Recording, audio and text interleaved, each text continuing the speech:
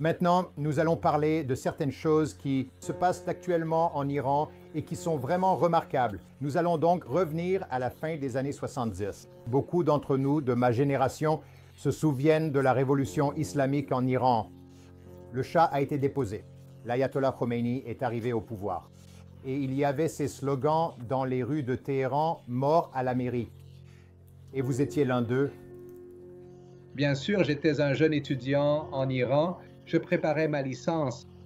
Je rêvais de venir aux États-Unis, d'obtenir mon doctorat, de devenir chercheur scientifique. Mais oui, j'étais dans les rues de Téhéran comme beaucoup d'autres jeunes. Nous voulions du changement. Nous voulions chasser le Shah et instaurer une belle, magnifique démocratie utopique. C'était notre idéal. C'est pourquoi j'étais dans les rues de Téhéran en 79 en criant « Mort à l'Amérique! Mort à l'Amérique! » Au fait, j'ai changé d'avis depuis. J'ai eu de la chance. Et maintenant, je chante « Que Dieu bénisse l'Amérique ». Donc, vous avez pu aller à l'Université de Californie du Sud, une grande université aux États-Unis, et vous poursuiviez vos études, chercheur intelligence artificielle. Parlez-moi de votre expérience là-bas. Eh bien oui, j'étais étudiant et je réalisais mon rêve d'obtenir un doctorat. Et puis je voyais que mon avenir s'annonçait radieux, obtenir un diplôme, trouver un bon travail, mais je me sentais vide dans mon cœur. Et où est Dieu? Pourquoi est-ce que je me sens sans but? Qu'est-ce que cela signifie? J'obtiens un diplôme, je trouverai probablement un bon travail, j'aurai une maison, une voiture, puis une plus grande maison, une meilleure voiture. Et puis tu meurs? Alors, quel est le but de la vie? Et puis il a dit, regarde, l'islam. L'islam est en train de conquérir le monde. Dieu est avec l'islam et je devrais consacrer ma vie à servir l'islam. Mais en tant qu'intellectuel, je me suis dit que je devais étudier, voir à quoi je m'engageais. Même si je connaissais déjà beaucoup de choses sur l'islam, j'ai pris un Coran, je l'ai étudié objectivement pour la première fois de façon objective. Et puis quand j'ai terminé, j'ai dit, je ne sais pas où est Dieu, ça n'a pas touché mon cœur, ça n'a pas changé ma vie. Bon, je suis ouvert d'esprit, donc je vais lire d'autres livres dont on dit que Dieu est l'auteur. La Bible, d'accord? Par orgueil, j'ai dit, je vais lire la Bible. Et c'est là que j'ai rencontré Jésus. Et il y a eu quelques mois de lutte et de crise dans ma foi. Et à la fin, j'ai compris que Jésus est le chemin et qu'il est le sauveur. Oui, donc quelque part en cours de route. Et donc tu abordes tout ça, tu sais, avec une perspective de chercheur. Tu vas lire la Bible en 3 mois et tu as commencé par Matthieu. Mais à quel moment es-tu passé du scientifique à la foi? Parce qu'il y a beaucoup de gens qui regardent d'aujourd'hui et qui disent, eh bien, il faut un peu sauter, se jeter dans l'inconnu pour devenir chrétien et que la foi est juste quelque chose que l'on ressent. Très bonne question. J'ai eu ce problème aussi. Je n'ai pas accepté la foi chrétienne aussi facilement. Je suis très intellectuel avant tout, du genre ingénieur. Je cherche des choses qui fonctionnent. C'est pour ça que j'ai regardé le Sermon sur la montagne. Je n'ai pas aimé. Il disait que c'était beau. Oh oui, c'est beau. Mais je ne cherche pas de la poésie. Je cherche quelque chose qui fonctionne dans ma vie, qui fonctionne dans le monde entier. Et ces paroles du Sermon sur la montagne, ça ne va pas marcher. Personne ne peut les appliquer. C'est pourquoi je l'ai abordé avec du doute.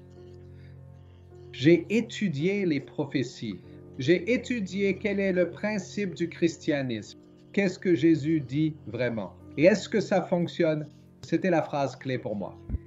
Est-ce que ça fonctionne?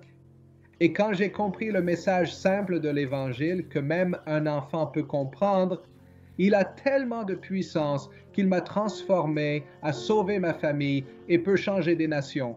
C'est pour cela que je m'y suis engagé. En voyant le résultat, cela avait du sens pour moi.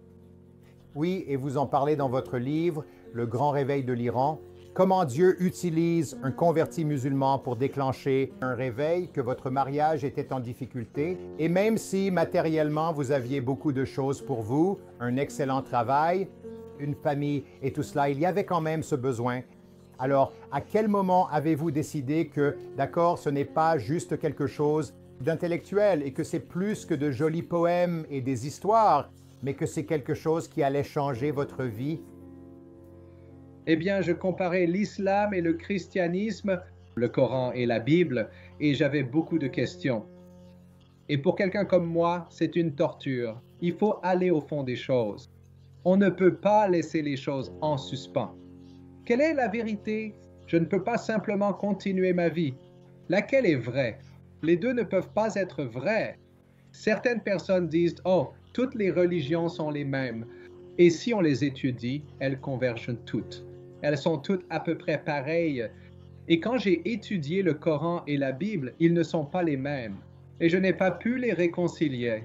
C'est pourquoi je suis allé dans une église. Et c'est là que j'ai entendu le message simple de l'Évangile. Ce que j'ai compris, c'est que je rendais l'Évangile très compliqué. L'Évangile est simple, mais puissant. C'est cela qui m'a touché.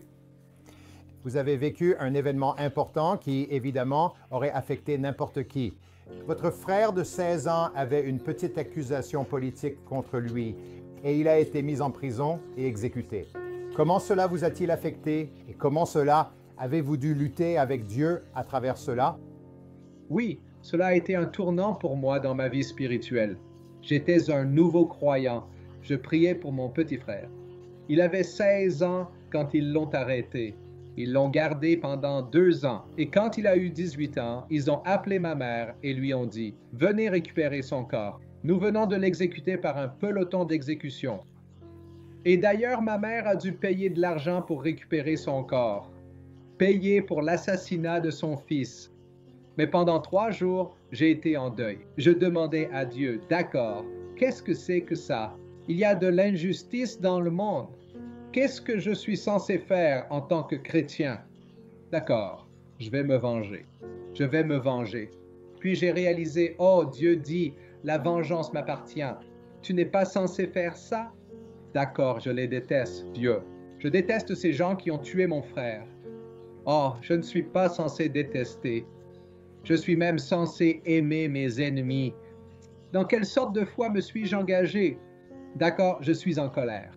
Oh oui, je me souviens, je ne suis même pas censé être en colère, même dans mon cœur. Alors j'ai dit, Dieu, est-ce que je peux au moins jurer pour me sentir mieux? Non, non, pas de gros mots. Parce que tu adores avec ta bouche, tu ne peux pas blasphémer avec ta bouche. Alors j'ai dit, Dieu, que puis-je faire? Et j'ai entendu ceci dans mon cœur, dans mon esprit, que ces personnes qui ont tué ton frère, ce ne sont pas tes ennemis. Ce sont des victimes entre les mains de tes ennemis. Quand tu vois ces musulmans tuer d'autres personnes, ne les considère pas comme des ennemis. Ce sont des victimes. Nous devons les aimer. Nous devons partager l'Évangile. Une autre chose qui s'est produite, c'est un appel dans ma vie. J'ai dit, Dieu, d'accord. Et Dieu a dit, si tu veux blesser l'ennemi, qui est Satan, que dois-tu faire? Que puis-je faire, Seigneur? Partage l'Évangile. Parce que chaque personne qui vient à Christ, il y a une réjouissance au ciel. Nous le savons. Mais il y a un deuil dans le camp de l'enfer, chez Satan.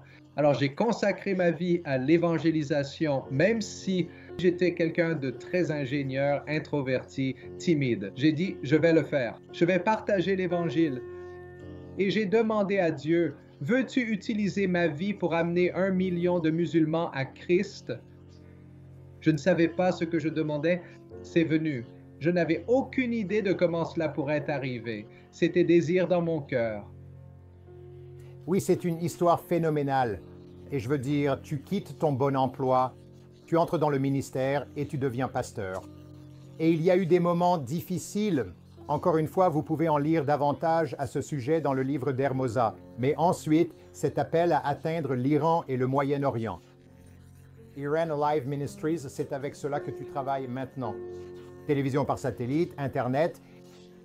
1000 églises ou plus ont été implantées dans plus de 100 villes en Iran. Et Hormoz, les choses sont incroyables. Quand on regarde le taux de croissance de l'Église en Iran, c'est le plus rapide au monde, malgré la persécution, malgré l'oppression. Que se passe-t-il là-bas?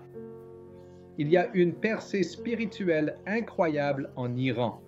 Des millions d'Iraniens ont rejeté l'islam et sont très ouverts à l'Évangile. Comment y parvenir? on ne peut pas avoir d'église. Même si vous avez une église de maison, vous vous faites arrêter. Vous prenez 5 à 10 ans rien que pour avoir une église chez vous. Donc, le meilleur moyen en ce moment, c'est les médias. Nous utilisons la télévision par satellite pour passer au-dessus de la tête des mollahs et entrer dans les foyers des gens. Nous partageons l'Évangile et ils sont prêts. Leurs cœurs sont prêts. Jésus leur apparaît dans des visions, des rêves et des miracles. Jésus s'est révélé à eux. Et quand ils regardent nos programmes avec le message le plus simple, ils viennent à Christ. Nous venons de lancer une nouvelle vague d'évangélisation il y a quelques mois. Et il y a 2 semaines, nous avons célébré 10 000 conversions. Et ce sont les personnes qui nous ont contactés. C'est dangereux de nous contacter. Nous sommes bloqués. Il est difficile de nous contacter. Donc, par millions, les Iraniens sont ouverts à l'Évangile. Cela ne veut pas dire qu'ils deviennent chrétiens. Nous devons faire notre part. Jésus a fait sa part. Il est mort sur la croix. Il les aime. Il ouvre leur cœur. Mais il nous a demandé de partager l'Évangile, de faire notre part. Et mon défi est le suivant. Aimez-vous les musulmans parce que Dieu aime les musulmans. Et voulez-vous qu'ils soient sauvés parce que Dieu veut qu'ils soient sauvés. Et il se sert de vous et de moi pour partager l'Évangile. C'est un moment historique pour transformer une nation islamique en une nation chrétienne. Et l'Iran va influencer non seulement le Moyen-Orient, mais le monde entier.